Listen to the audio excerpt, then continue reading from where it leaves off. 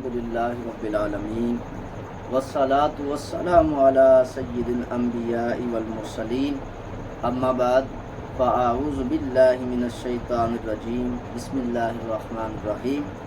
فرمان مصطفیٰ صلی اللہ تعالیٰ علیہ وآلہ وسلم ہے کہ جس نے مجھ پر ایک مرتبہ درود پاک پڑھا اللہ تبارک و تعالیٰ اس پر 10 رحمتیں نازل فرماتا ہے۔ انشاءاللہ آئیے ہم آپ کو اپنے یوٹیوب چینل پر خوش آمدید اور مرحبا کہتے ہیں۔ انشاءاللہ عز و جل آج کا موضوع کا انتخاب ہے قرآن پاک کی تلاوت قرآن کریم کے بارے میں انشاءاللہ بہت ہی پیارے اقوال انشاءاللہ سنیں گے۔ حضرت سیدنا صالح مری رحمۃ اللہ تعالی علیہ فرماتے ہیں ایک مرتبہ حضرت سیدنا مالک بن دینار علیہ رحمۃ اللہ الغفار میرے پاس آئے اور فرمانے لگے کل صبح فلان جگہ پہنچ جانا، میرے کچھ اور دوست بھی وہاں پہنچ جائیں گے۔ پھر ہم حضرت سیدنا ابو جہیز رحمۃ اللہ تعالی علیہ سے ملاقات کے لیے چلے گئے۔ میں نے کہا ٹھیک ہے، میں مقرر وقت پر وہاں پہنچ جاؤں گا۔ جب میں صبح اس جگہ پہنچا جہاں کا مجھے کہا گیا تھا تو حضرت سیدنا مالک بن دینار رحمۃ اللہ تعالی علیہ مجھ سے پہلے ہی وہاں موجود تھے، اور ان کے ساتھ حضرت سیدنا محمد بن واسعی، حضرت سیدنا ثابت بنائی اور حضرت سیدنا حبیب رحمۃ اللہ تعالی علیہم بھی موجود تھے۔ میں نے ان سب کو ایک ساتھ دیکھ کر دل میں کہا اللہ کی قسم آج کا دن بہت خوش کن ہوگا۔ پھر ہم سب حضرت سیدنا ابو جہیز رحمۃ اللہ تعالی علیہ کی طرف چل دیے۔ حضرت سیدنا ابو جہیز رحمۃ اللہ تعالی علیہ نے اپنے گھر میں عبادت کے لیے ایک جگہ مخصوص کر رکھی تھی۔ آپ رحمۃ اللہ تعالی علیہ بصرہ شہر میں صرف نماز جمعہ کے لیے تشریف لاتے اور نماز کے بعد فوراً ہی وہاں سے آپ تشریف لے جاتے۔ حضرت سیدنا صالح مری رحمۃ اللہ تعالی علیہ فرماتے ہم ایک انتہائی خوبصورت جگہ سے گزرے تو حضرت مالک بن دینار نے فرمایا اے ثابت اس جگہ نماز پڑھ لو، کل بروز قیامت یہ جگہ تمہاری گواہی دے گی۔ پھر ہم حضرت سیدنا ابو جہیز رحمۃ اللہ تعالی علیہ کی گھر پہنچے اور ان کے متعلق پوچھا تو پتہ چلا کہ وہ نماز پڑھنے گئے ہیں۔ ہم ان کے انتظار کرنے لگے۔ کچھ ہی دیر بعد حضرت سیدنا ابو جہیز رحمۃ اللہ تعالی علیہ تشریف لائے۔ آپ نے نہایت ہی غم زدہ، پریشان حال اور بہت کمزور تھے۔ ایسا لگتا تھا جیسے ابھی قبر سے نکل کر آ رہے ہیں۔ پھر انہوں نے مختصر سی نماز پڑھی اور نہایت غمگین حالت میں ایک جگہ بیٹھ گئے۔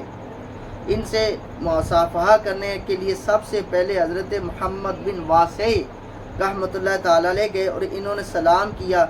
آپ نے جواب دیا اور پوچھا تم کون ہو؟ میں تمہاری آواز نہیں پہچان پایا۔ حضرت سیدنا محمد بن واسع رحمۃ اللہ تعالی نے عرض کی میں بصرہ سے آیا ہوں۔ پوچھا تمہارا نام کیا ہے؟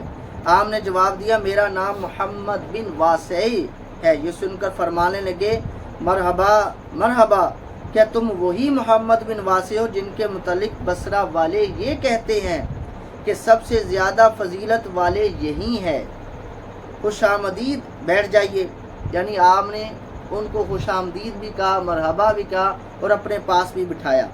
پھر حضرت سیدنا ثابت بنائی رحمۃ اللہ تعالی علیہ آپ نے سلام کیا، ان سے بھی نام پوچھا تو انہوں نے بھی اپنا نام بتایا اور یہ سن کر فرما لگے مرحبا اے ثابت، کیا تمہارے ہی متعلق لوگوں میں مشہور ہے کہ سب سے زیادہ لمبی نماز پڑھنے والے ثابت بنائی ہے؟ خوش آمدید۔ آپ نے بھی اسی طرح ان کو خوش آمدید اور مرحبا کہتے ہوئے ان کو بھی اپنے پاس بٹھا لیا۔ پھر حضرت سیدنا حبیب رحمۃ اللہ تعالی علیہ آپ نے سلام کیا اور ان سے بھی پوچھا تمہارا نام کیا ہے؟ عرض کیا، انہوں نے فرمایا کہ میرا نام حبیب ہے، اور اسی معاملے کو بڑھاتے ہوئے پھر آپ نے ان کو بھی اپنے پاس بٹھا لیا۔ پھر حضرت مالک بن دینار رحمۃ اللہ تعالی علیہ نے سلام کیا اور جب اپنا نام بتایا تو فرمایا مرحبا اے مالک بن دینار، تمہارے ہی متعلق مشہور ہے کہ تم سب سے زیادہ مجاہدہ کرنے والے ہو۔ پھر انہیں بھی اپنے پاس بٹھا لیا۔ پھر میں نے سلام کے لیے حاضر ہوا۔ جب میرا نام پوچھا تو میں نے اپنا نام بتایا. فرمانے لگے اچھا تمہارے ہی متعلق مشہور ہے کہ تم قرآن بہت اچھا پڑھتے ہو. میری بہت بڑی خواہش تھی کہ تم سے قرآن سنوں. یہ ہمارے بزرگوں کا طریقہ ہے. دیکھیں جو عبادت اپنی جگہ اللہ پاک کی بارگاہ میں قرب الہی پانے کے لیے کرتا ہے تو اللہ تعالیٰ ان کے ناموں کو بھی زندہ رکھتا ہے. جو اللہ کے نام کو زندہ رکھتا ہے اللہ تعالیٰ ان ولیوں کے ناموں کو تا قیامت زندہ رکھتا ہے. آج مجھے قرآن سناؤ. اب یہ آپ فرمانے کہ آج مجھے قرآن سناؤ. حکم ملتے ہی میں نے تلاوت شروع کر دی. خدا کی قسم ابھی میں تعوذ یعنی اعوذ باللہ من الشیطان الرجیم بھی مکمل نہ کر پایا تھا کہ وہ بے ہوش ہو گئے. دیکھیے یہ ہمارے بزرگ ہیں. جب افاقہ ہوا تو فرمانے لگے اے صالح مجھے قرآن سناؤ. چنانچہ میں نے قرآن پاک کی آیت تلاوت کی جس کا ترجمہ ہے ترجمہ کنز ایمان. اور جو کچھ انہوں نے کام کیے تھے ہم نے قصد فرما کر انہیں باریک باریک غبار کے بکھرے ہوئے ذرے کر دیا کہ روزن کی دھوپ میں نظر آتے ہیں.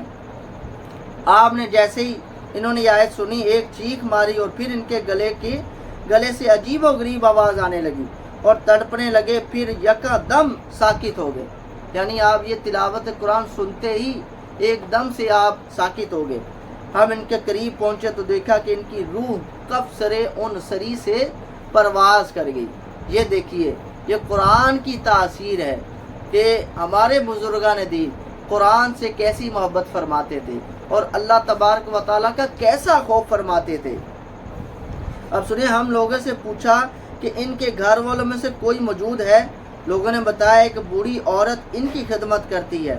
جب اس بوڑھی عورت کو بلایا گیا تو اس نے پوچھا کس طرح اس کا انتقال ہوا.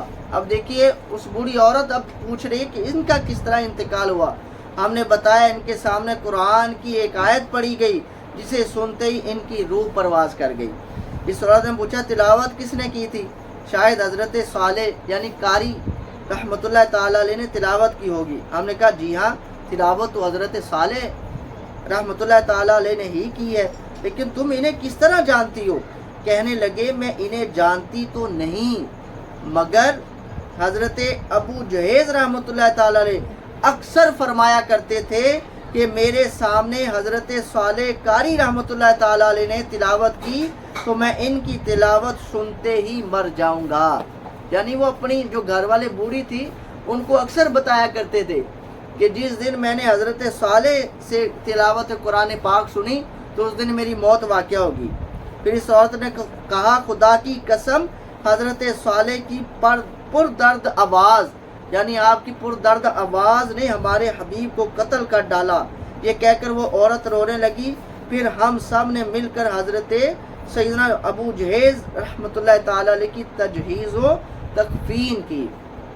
اب دیکھیے کہ یہ قرآن کی تاثیر ہے. اس سے ہمیں یہ تاثر نہیں لینا چاہیے کہ قرآن سنتے ہی موت آ گئی. وہ اللہ کے خوف سے مر گئے. اب دیکھیے قرآن پاک تو اس میں خوشخبریاں بھی ہیں, اس میں وعیدیں بھی ہیں, اس میں جنت و دوزخ کے معاملات بھی ہیں, اس میں مومن و کافر کے لیے بھی ہدایت ہے. اور جو مومن ہے وہ قرآن پڑھے گا تو کل بروز قیامت. اب دیکھیے قرآن پڑھنے والوں کے لیے کیا برکتیں ہیں کہ کل بروز قیامت قرآن پڑھنے والوں کو یہ کہا جائے گا جس کا حدیث پاک کا مفہوم ہے کہ جو قرآن پڑھتا تھا دنیا میں وہ ایک ایک آیت پڑھتا جائے اور اپنی جنت کی منزلیں طے کرتا جائے. تو کیا شان ہے قرآن کی. تو ہمیں چاہیے کہ ہم بھی اور مجھے بھی اللہ تبارک و تعالیٰ قرآن پاک کو دیکھ کر اور اس کا ترجمہ سمجھ کر اور اس کو راہ ہدایت اللہ تعالیٰ ہمارے لیے بنائے. آمین بجاہ النبی الامین صلی اللہ تعالیٰ علیہ وسلم.